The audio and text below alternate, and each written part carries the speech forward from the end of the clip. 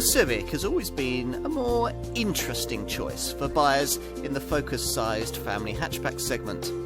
Over 4 decades and 9 distinct generations, Honda has refined its approach with this model, perfecting a design and engineering-led package that tends to encourage brand loyalty. Conquest customers, though, have been harder for this Japanese maker to attract, hence a package of updates to this 9th generation Civic that have made it smarter, cleverer, safer and more comfortable.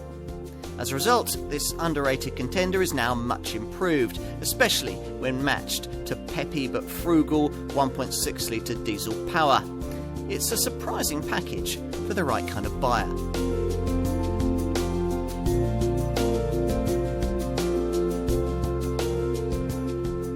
The Honda Civic. It's a family hatchback that's always been frustratingly close to greatness, especially perhaps in this 9th generation, guys, significantly updated in the form we're going to look at here. Cars of this kind were always closest to the heart of company founder Soichiro Honda. Back in the 60s, when the best the motor industry could offer the small family was something like a lumbering Morris Oxford, it was he who pioneered the idea of a compact, fuel and space-efficient family car with a high-tech air-cooled flat-4 1300cc engine.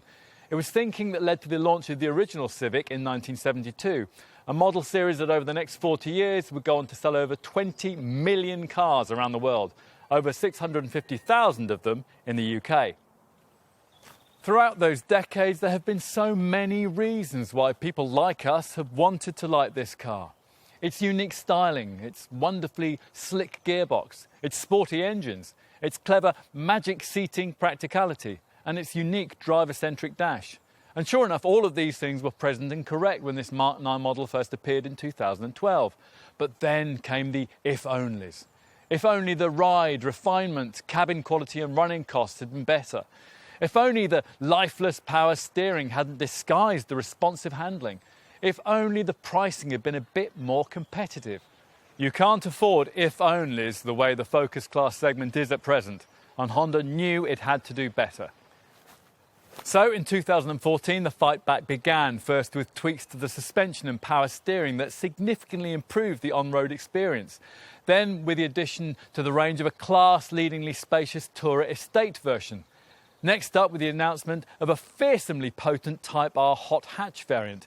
And finally, in the spring of 2015, we got a complete refreshment for the mainstream range with smarter styling, extra safety kit, a new infotainment system, more equipment and lower pricing. That's the car we've got on test here. In short, on paper at least, the Civic has been rejuvenated. Time to put it to the test.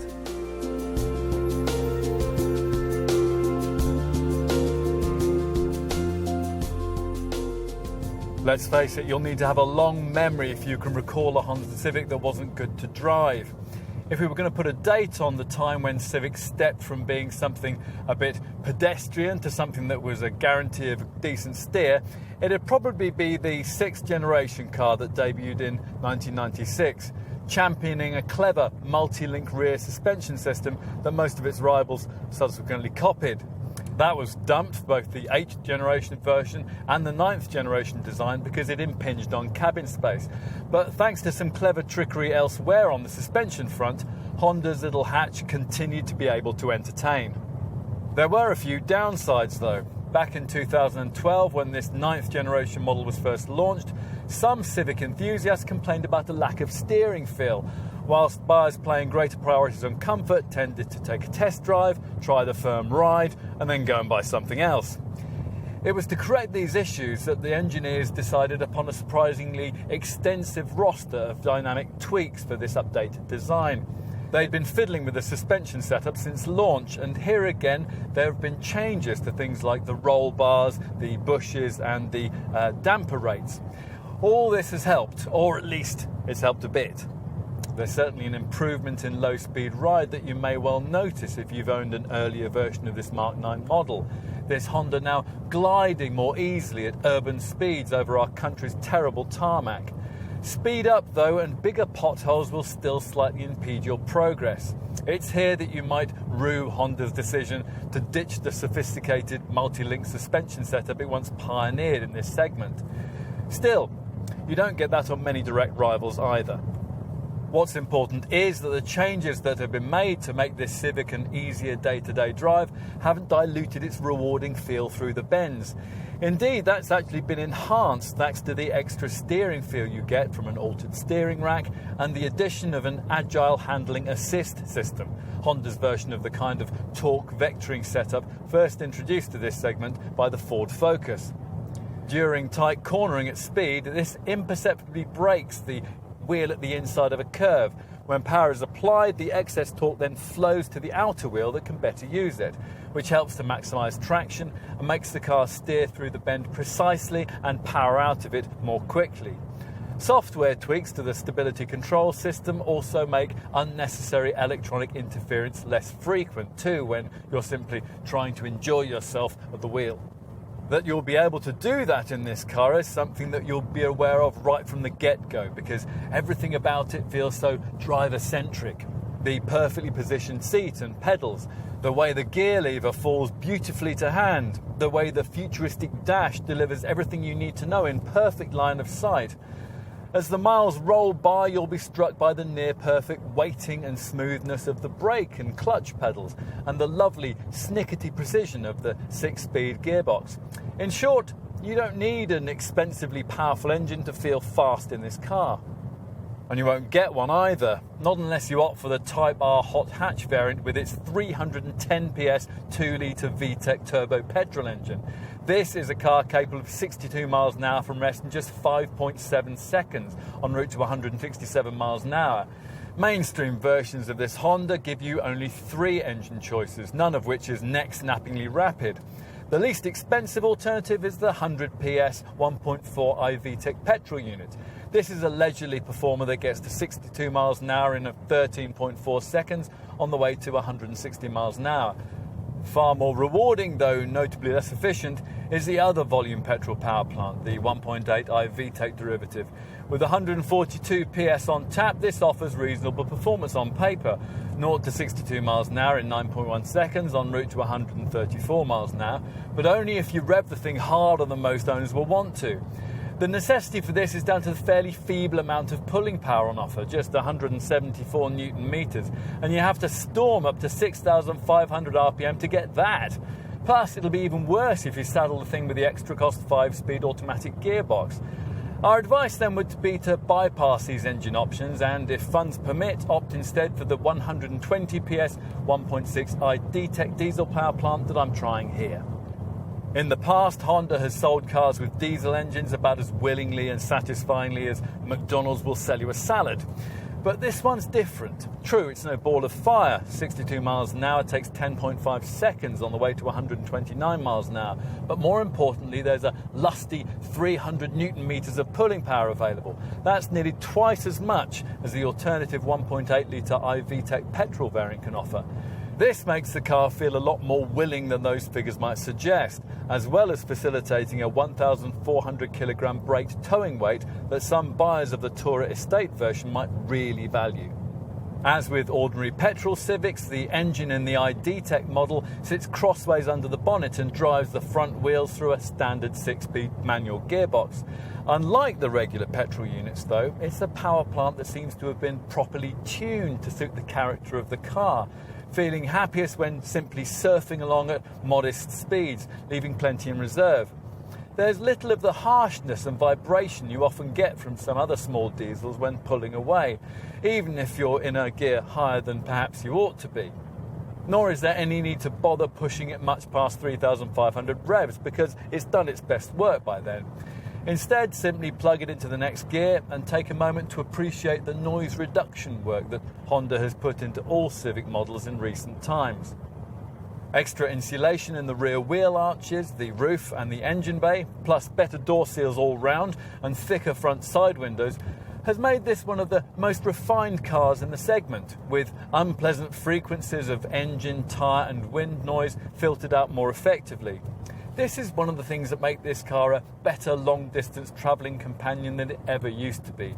In fact, it's a better car than it used to be all round. Don't get us wrong, Honda still has work to do here in comparison with some class leaders, but the improvements made are significant. Significant enough to merit your taking another look at this Civic if you're amongst those who've tried one and decided against it in the past. It just shows how much a careful program of development can achieve.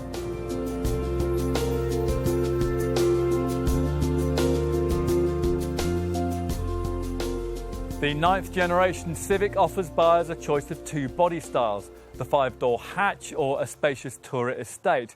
In this hatch, guys, it certainly remains one of the better looking models in the Focus class segment, with looks that were carefully evolved by the original version of this 9th generation design and have been further developed here by this facelifted variant.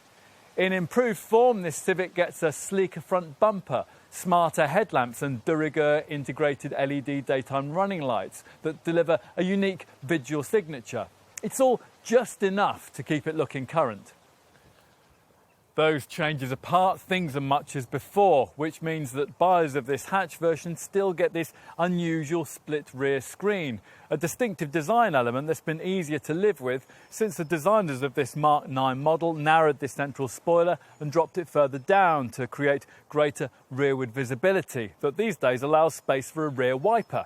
This bisecting bar, supplied either in classy piano black or in body colour as here, links revised arc-shaped combination rear lamps that now feature LED technology and are raised well out of harm's way above a restyled bumper. As ever, this Civic features class-leading aerodynamics, an area in which huge efforts have been expended. The design team of the original version of this car having borrowed aerodynamicists from Honda's F1 racing program to help them perfect the slippery shape. Hence the careful detailing, things like the underbody panels that direct airflow around the car, or the little ribbed sections you'll find on the tail lamps. The overall result is a 0.27 CD drag factor, sleek enough to embarrass most rivals. Must backseat passengers pay for the coupe-style shape?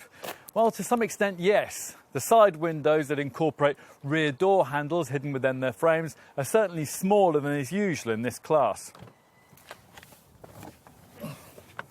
Compensation when you take a seat inside here at the back is provided by plentiful legroom and a near flat floor which frees up space if necessary for a central rear passenger. Headroom for really tall occupants may be a little restricted for some. You'll struggle a bit if you're over 6 feet, but most will be fine, especially if they take advantage of the reclining seat mechanism for greater comfort on longer journeys. That's an MPV-style touch that might prompt you to also wonder whether these seats might slide back and forth, but they don't do that because they can do something cleverer still. If you've a tall load to carry, say a plant from the garden centre or an electrical item, you can flip the base up, cinema seat style.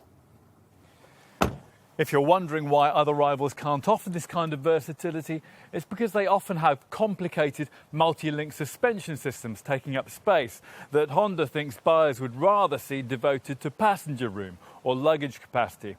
Hence this Civic's simpler torsion beam suspension setup and its designer's clever placement of the fuel tank under the front floor. These measures together freeing up an enormous 477-litre boot capacity. To give you some perspective on that, you're talking 97 litres more than you get in a Volkswagen Golf and a massive 161 litres more than is offered by a Ford Focus. You'll find 75 litres of that capacity in a useful underfloor compartment that's as spacious as it is because, rather annoyingly, you can't specify a proper space-saver spare wheel. As usual, if you need more room, you can push forward the 60-40 split folding rear backrest in a simple dive-down motion to create a completely flat 1,367-litre load bay that's 1,600mm long and 1,350mm wide, big enough for 3 extra-large Samsonite cases, 3 large golf bags, or, if you're an outdoorsy type, 3 mountain bikes with their front wheels removed. Need more? Then you'll need the Tourer Estate model, a body style with 235mm of extra length, all of it devoted to luggage capacity, that sees this variant able to offer as much as 624 litres in total, up to tonneau cover level. Flatten the magic seat folding mechanism in a Civic Tourer and you can free up as much as 1,668 litres. And with this variant, you've the flexibility of a 117-litre underfloor compartment too.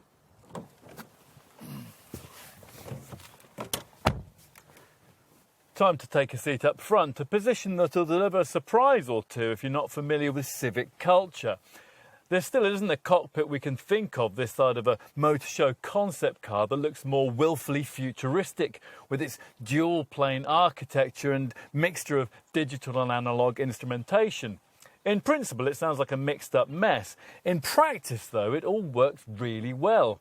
Directly ahead of you are three deeply recessed sporty dials with metallic surround trims, and above them lies what Honda rather pretentiously calls the driver interface zone, an upper display that arcs over the main instrument binnacle and is viewed above the steering wheel rim, gathering essential information like speed at the natural point of eye focus.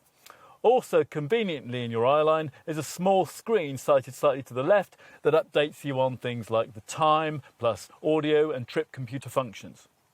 The other design key point in this cabin is what the designers call the information interface zone. Essentially this area in the centre of the dash, just above the perfectly positioned gear stick.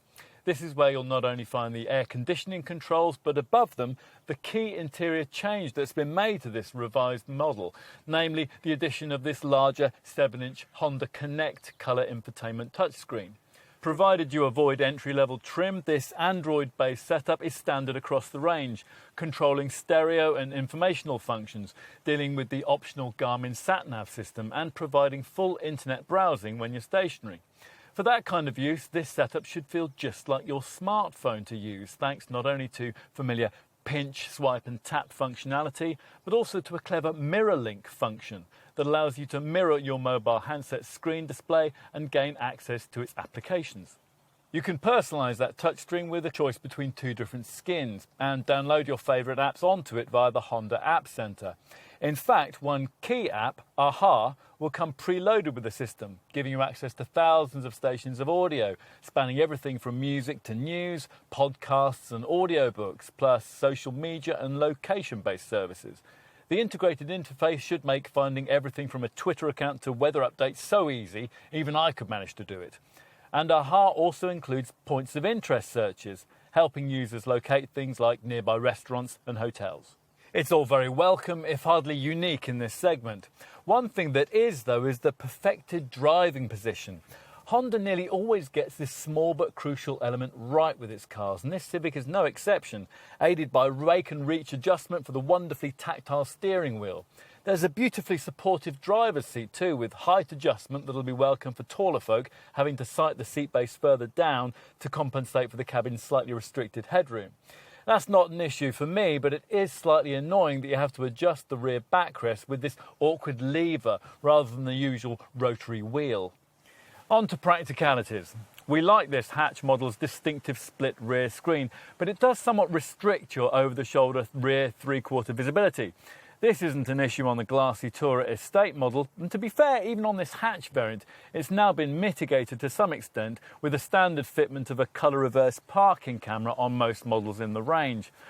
On a less sensible note, this Civic Sport model's signature drilled metal pedals deserve a mention too. First, for being gloriously over the top, and second, for being exactly in the right place. On to fit and finish. It's certainly true that the choice of trim and materials, though much better than before, still doesn't have the hewn from granite feel you get in, say, Volkswagen Group products. And there are some slightly awkward touches, like this blanked-off panel for the optional push-button start system most owners won't get. Still, some of the detailing is nice. This white stitching, for example, and the British factory in Swindon has certainly screwed it all together very well. More importantly, perhaps, customer satisfaction surveys without number all suggest the cabin quality to be durable. There's plenty of practicality too. Reasonably sized door bins, a spacious glove box, a holder for your sunglasses, and space between the front seats for a couple of 1 litre bottles, plus a further couple of 350ml bottles.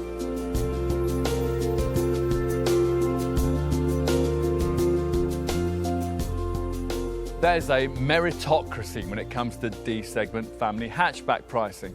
Buyers expect to pay a little more for a Volkswagen Golf than they would for a Ford Focus or a Vauxhall Astra, knowing that they'll get higher quality and a greater depth of engineering.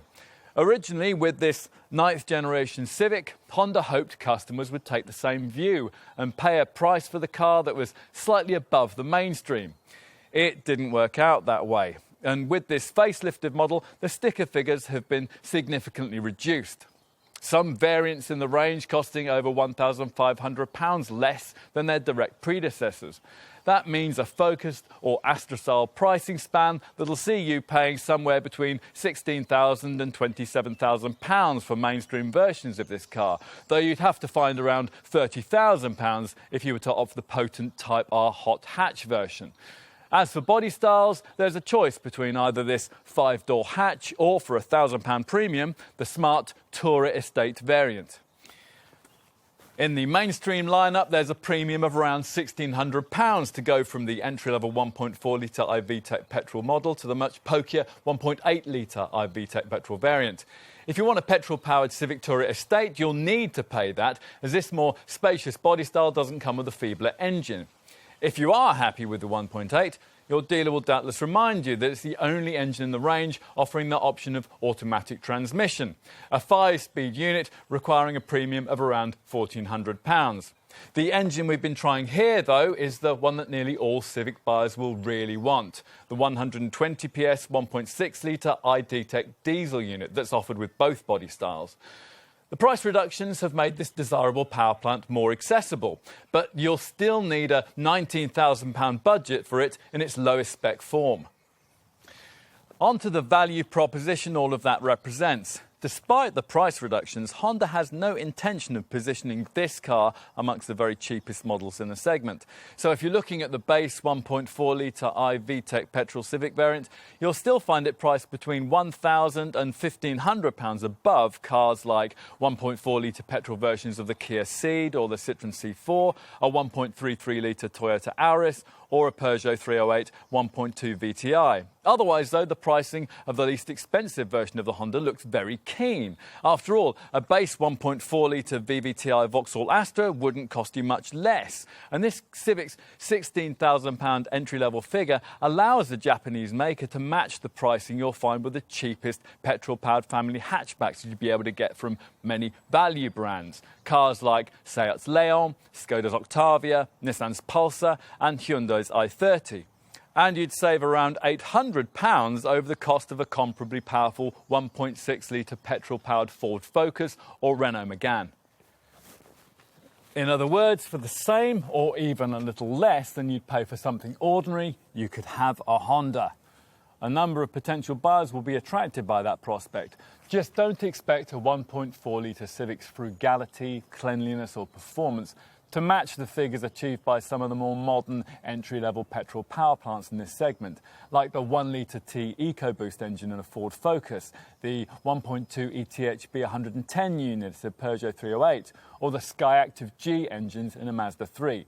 Still, your Honda salesperson will have a ready argument to counter that, pointing out that all of these cars give you a power output of only around 100 PS for a budget of around £17,500. The kind of money that could buy you much more performance in a Civic, were you to choose this Honda and its other 1.8 iVTEC petrol guys. To be specific, a 1.8-litre petrol Civic will give you 142 PS for less than the cost of an 85 PS 1.2-litre TSI Volkswagen Golf.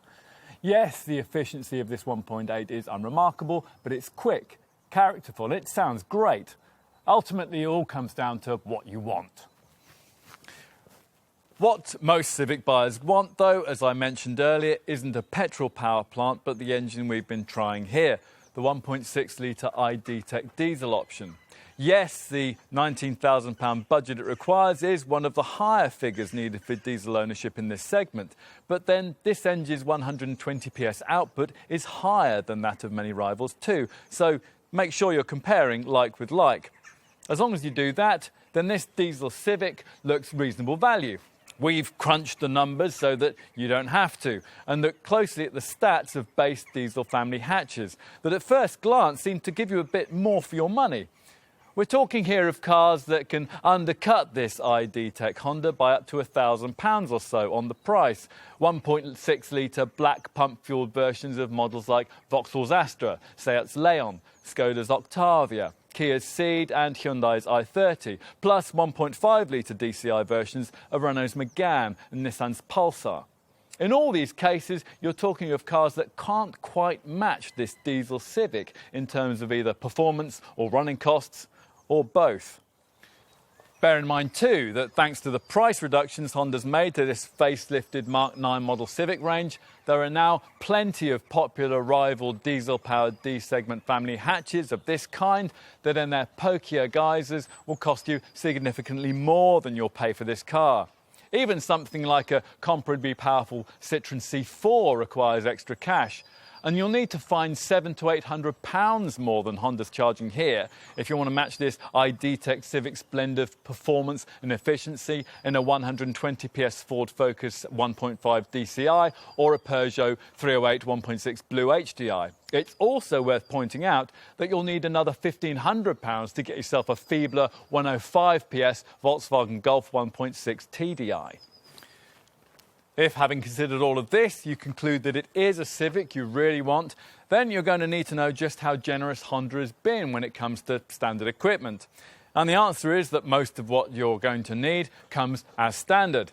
So even the least expensive S variant gets a kit tally you might not normally expect to find on a bottom-of-the-range model, coming complete with features like 16-inch alloy wheels, LED daytime running lights, climate-controlled air conditioning, Bluetooth compatibility for your phone, clever flip-up magic seats, an econ mode to help you drive more efficiently, and headlights that stay on at night to see at your front door. More expected inclusions run to a multifunction steering wheel, driver's seat height adjustment, power windows and heated mirrors, an alarm immobiliser and a 4-speaker CD audio system with DAB digital radio, plus USB and aux-in connectivity. If you're coming to this car from an old pre-2012 8th generation Civic, it might also be worth pointing out that you get a rear wiper too. Almost unbelievably, that Mark 8 Civic model never had one, the designers talking of droplet dispersing aerodynamics and forgetting how useless that is in slow traffic. The major option for Civic S buyers is satellite navigation, which comes packaged up with the Honda Connect 7-inch colour infotainment touchscreen. Via this, you can also access internet radio, download apps from the Honda App Centre, listen to a higher quality 6-speaker stereo and use a rear parking camera. Upgrade yourself to the next trim level up in the Civic range hierarchy, SE+, and you get Honda Connect as standard, though you'll still need to pay extra for navigation. The £2,000 premium that SE Plus spec requires also gets you features like front fog lights, cruise control, auto headlamps and wipers, leather for the steering wheel and gear knob, power folding mirrors, and on petrol models, larger 17-inch wheels. Inevitably, though, of course, the real niceties to be found on the plushest models or on the options list. Things like leather upholstery, a glass roof, privacy glass, keyless start, and a high-end 320-watt 8-speaker audio system. Here I've got the top sport variant there to offer a more dynamic look that Honda hopes will bridge the gap between mainstream versions of this car and the top Type R hot hatch variant. To that end, it comes complete with a body-coloured tailgate spoiler, a sporty mesh front grille, alloy pedals, and the smart, shiny black sport alloy 17-inch wheels. You can pay extra for even larger 18-inch wheels if you really want to ruin the ride. And there are various option packs that will give the exterior and interior of your car a more bespoke look. One thing you can't specify is a space-saver rear wheel. So if you're stranded on the roadside on a wet and windy night and can't be bothered to wait for roadside rescue, you'll have to struggle away with one of those tyre inflation mobility kits. On to safety, where the major change lies with the standardisation across the range of Honda's City Brake Active system, there to scan the road ahead for potential collision hazards at speeds of under 80 miles an hour. If one is detected, you'll be warned. If you don't respond or aren't able to, the car will automatically brake itself to decrease the severity of any resulting accident. If you want to go even further than that and have avoided entry-level trim, there's the affordable option of a driver assistance safety pack, the DASP option that's been fitted to the car we've been trying here. You really need to think about ticking the box for this option if you're a Civic buyer, for it includes a whole raft of clever electronic features that together will make it very difficult to hurt yourself in this car. Things like a forward collision warning system that gives you much the same kind of functionality as the City Brake active setup, but at higher speeds, monitoring the distance and closing rate between you and the vehicle in front as you drive, and warning you when you're too close, or even applying the brakes if a collision becomes likely. The DASP pack also includes a blind spot information system to stop you from dangerously pulling out to overtake in front of another car, a lane departure warning system to stop dozy drivers from veering out of their lanes on the highway, a cross-traffic monitor there to stop you from reversing out from a parking space into the path of another car, a high-beam support system that will automatically dip your lights for you at night in the face of oncoming traffic. Plus there's traffic sign recognition that pictures road signs as you pass them for display on the dash, and an auto-dimming rear-view mirror to make nighttime driving easier. Even without all this electronic trickery, the Civic scores strongly in terms of safety, hence its 5-star Euro NCAP test showing. All models get the usual twin front, side and curtain airbags, though no knee bag is included. Plus you get all kinds of electronic acronyms to hopefully ensure that you never have to use them. There's an agile handling assist system to help with corner turning, and vehicle stability assist, Honda's version of the kind of ESC stability control system you'd now expect on a car of this kind. Also par for the course is an ABS braking setup with emergency braking assist to aid in panic stops, advertised to following motorists by automatically activating brake and hazard warning lights. Other standard safety features include hill start assist to stop you from drifting backwards on uphill junctions, active front head restraints to minimise accident whiplash, and Isofix child seat fastenings, plus a front end section of the car designed to minimise pedestrian injuries.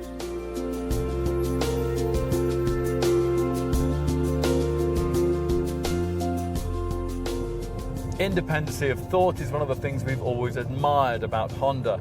Take eco-friendliness. Just as this improved Civic was being launched, and just as many of its rivals were introducing hybrid models, this Japanese brand ditched its most iconic hybrid design, the Insight.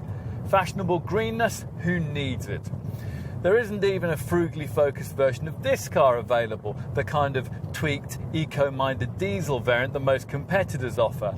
Not that this model lineup really needs that. The 1.6-litre iD-Tech 120 PS diesel variant I'm trying here does, after all, deliver 78.5 miles per gallon on the combined cycle, enough to facilitate an impressive potential single fuel tank range that would probably exceed 830 miles. That's enough to get this car from its Swindon factory birthplace to Munich in southern Germany without stopping. The iD-Tech unit's strong on cleanliness too, putting out a 94 grams per kilometre of CO2 figure that's really not bad for a car of this size and weight, and looks even more impressive when you start to stack this model up against the competition. Essentially, if you want a Focus-sized family hatch with this kind of performance that's going to better those kind of returns, then you're going to have to pay more for it. Bear in mind that the figures I've quoted here are based on standard 5-door hatch variant with standard 15-inch wheels. If you opt for the Tourer Estate version, you'll hit those returns by about 5%. And of course, as usual, fitting larger wheels will also have a small effect on your overall figures. On to petrol power, an area where this Civic has never been quite as strong. Recognising this, Honda has fine-tuned the entry-level 1.4-litre iVTEC unit to get it back on the pace, and the result is a combined cycle return of 52.3 miles per gallon and a CO2 reading of 116 grams per kilometre. True, that is still not up to the standards of the most modern comparable engines in this class, say Ford's 1-litre EcoBoost unit, the 1.2-litre DiGT engine you get in a Nissan Pulsar, or the 1.2-litre TSI engines fitted to Volkswagen's Golf, Seat's Leon or Skoda's Octavia. The important thing is, though, that this Honda is now class competitive with just about everything else in the segment. Or at least it is in the 1.4-litre petrol form. Opt for your Civic with the 1.8-litre iVTEC petrol engine, and the picture's not quite so rosy. Here, combined cycle fuel economy falls to 48.7 miles per gallon, while your CO2 emissions rise to 137 grams per kilometre. or 44.8 miles per gallon and 148 grams per kilometre if you go for the automatic gearbox exclusive to the 1.8 litre petrol version. The returns of all the manual models are aided by the standard fitment of a stop and start system. Honda calls it idle stop, to cut the engine when you don't need it, sitting in heavy traffic or stopped at crossings and traffic lights, for example. Plus, there are vents in the lower front grille of diesel models that open and close as necessary to optimise airflow. There's also the usual gear shift indicator light on the dash, and if you've got the Honda Connect infotainment system, various fuel-related trip computer readouts that'll demonstrate how successful your recent efforts of frugality have been. Going further than that requires driver cooperation, which the Japanese brand is seeking with 2 further standard systems borrowed from its planet-friendly hybrid development. First, there is Eco Assist, which uses the car's speedometer illumination colour to advise users on how their driving style is affecting fuel economy. The lighting is green when the car is being driven efficiently, white-green if you start to push on a bit, and just white during heavy acceleration or deceleration. That's an automatic feature, but Honda's other contribution to enviro-conscious motoring is something that you actually have to select, the Econ system. Pushing this green button on the dash activates a gentler throttle map and tweaks the air conditioning for greater efficiency. But wouldn't you want that all the time, with perhaps a power button for pushing on? It all amounts to the same thing, I suppose. At least you feel green-fingered the way Honda has configured it.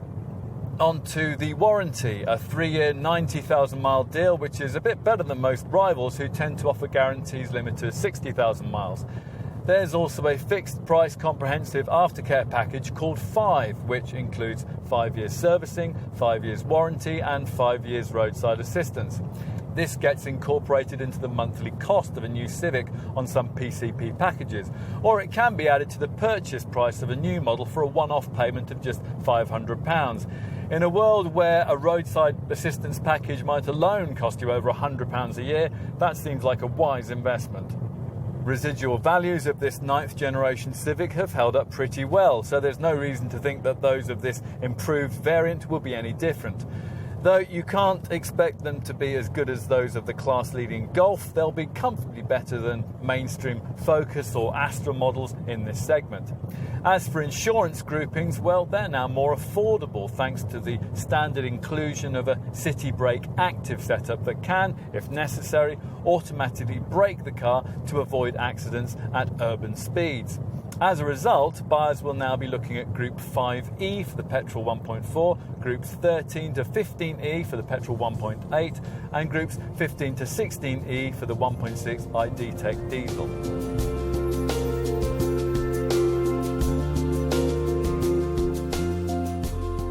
Kaizen, the Japanese approach to continuous improvement, characterises every aspect of this much improved 9th generation Civic. This car may look similar to the Mark 9 model we first saw in 2012, but under the skin it's a far more competitive prospect.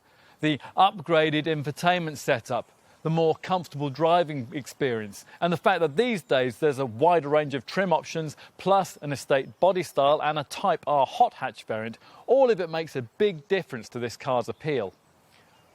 All of these things are welcome, but they haven't diluted the individual appeal of a package that remains distinctively different in the Focus-sized family hatchback segment.